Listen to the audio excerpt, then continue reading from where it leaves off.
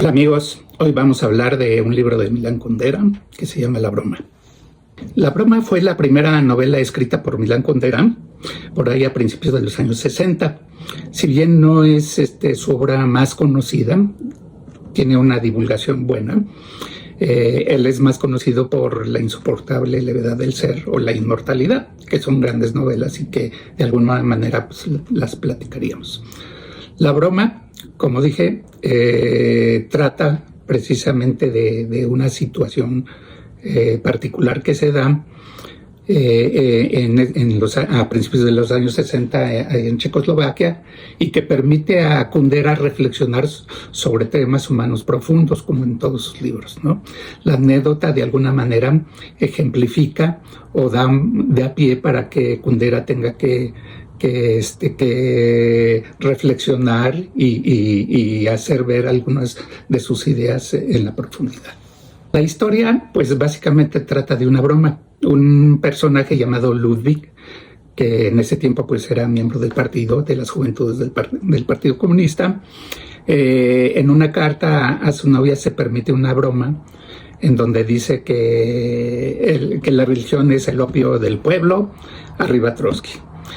Básicamente, como ustedes saben, Trotsky pues, era una persona pues, no vista adecuadamente por él. Esta broma que le pone al final en la carta a su novia es tomada por Cermek, que es el secretario general del Partido Comunista o el jefe un joven también, y lo utiliza para hacerle un juicio político. Y este juicio político, pues, básicamente lo que tiende es a defenestrar al pobre de Ludwig por una broma que él puso en una carta. Y es muy chistoso porque en el libro confronta precisamente la broma de Ludwig con el libro de Julius Fusi, que Reportajes al pie de la horca, también un libro bastante interesante que no voy a abundar en él. Sin embargo, pues ese contraste pues mata a Ludwig en el juicio que le hacen precisamente sus compatriotas y camaradas. Simplemente el hecho de esa broma pues, le arruina la vida a Ludwig. No tiene acceso precisamente a la universidad, a una serie de trabajos y va viviendo de una manera marginal al régimen precisamente por la denostación y el señalamiento que le hace Cermek durante el tiempo. Entonces durante varios años pues, pasan y se forma en la mente de Ludwig un ansia de venganza sobre Cermek. Y de cierta manera, pasados los años, se presenta esta oportunidad. Y la oportunidad que él ve de vengarse sobre Cermek es seducir a su esposa, básicamente, y así conformar la venganza que quiere. Además de esta trama, digamos, que le vamos siguiendo a Ludwig, hay una serie de tramas secundarias bastante interesantes, que es cómo el folclore se va perdiendo ante el desinterés de las juventudes y otro tipo de tramas que tienen que ver con la problemática de diferentes hombres y mujeres en diferentes estratos sociales, que abre la puerta para que Kundera reflexione en varias cosas. Primero, el poder, el detentar el poder, no para el bien común como todo el mundo cree, sino más bien reflexiona que el poder es un destructor de personas, un destructor de individualidades y de formas de expresarse diferentes a las que mantiene el poder. La gran esencia del poder es más que el ejercicio del bien común, es el de destrucción de personas. Y después también reflexiona sobre precisamente los ejecutores de ese poder, ¿no? Que no necesariamente son, como les diré, un dechado de virtudes. Sin embargo, están pues obsesionados con la propia ideología y con su capacidad de ser ejecutores de los deseos del tercero o del poder. Esta reflexión es muy interesante y la vamos a retomar un poco más adelante. Otras dos cosas que vale la pena mencionar que nos hacen reflexionar el libro es la venganza. La venganza de Ludwig no se consuma, pero no porque él no quiera, sino la reflexión que hace Kundera es de alguna manera que es imposible vengarse, porque en la medida en que uno ejecuta la venganza, va reviviendo precisamente las situaciones de las cuales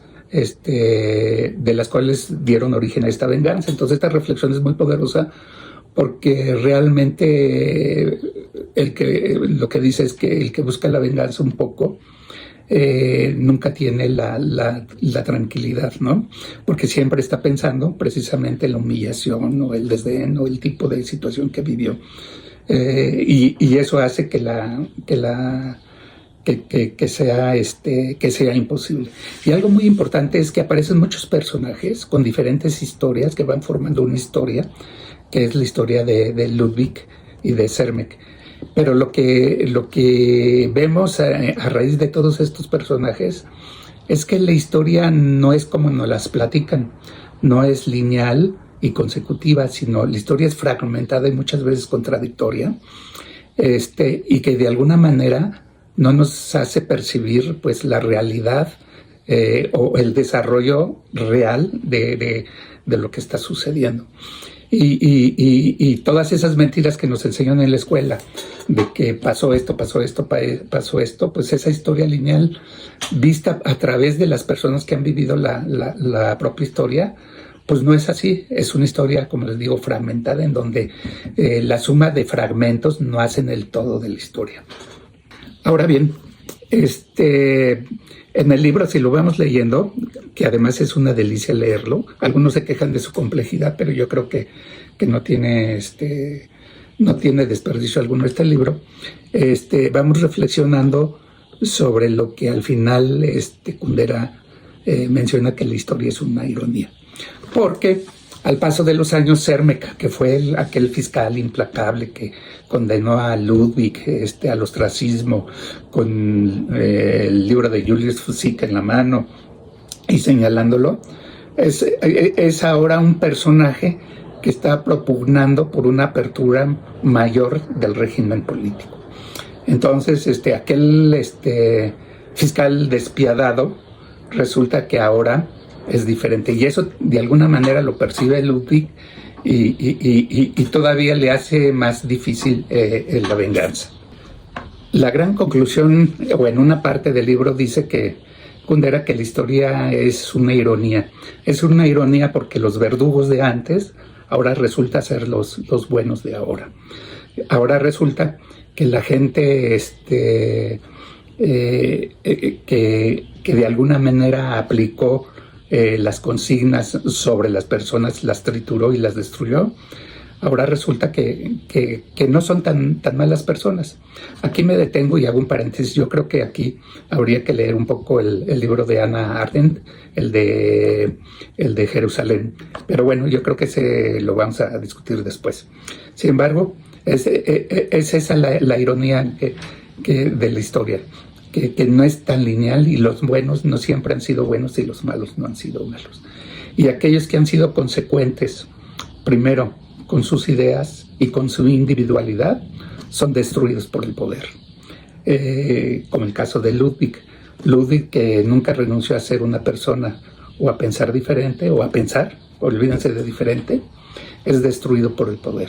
Entonces, un poco la conclusión del libro es que el poder en sí mismo pues es un destructor de personas, y los personeros que viven ahí viven la ironía de la historia, que muchas veces son verdugos y otras veces son víctimas. Ejemplos hay muchos.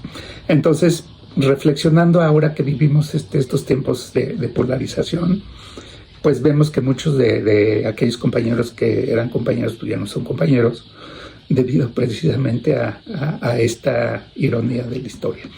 Espero que les guste, lean la novela. La novela trae muchos argumentos muy interesantes, la parte del folclore en Checoslovaquia, y sobre todo el tema de los sentimientos y de la desesperación y la incapacidad de poder confrontar al poder adecuadamente. Es muy angustioso. Es un gran libro, y es un tema que desde mi punto de vista lo retoma también Milan Kundera en La insoportable levedad del ser. Espero que les guste y lo comentamos. Gracias.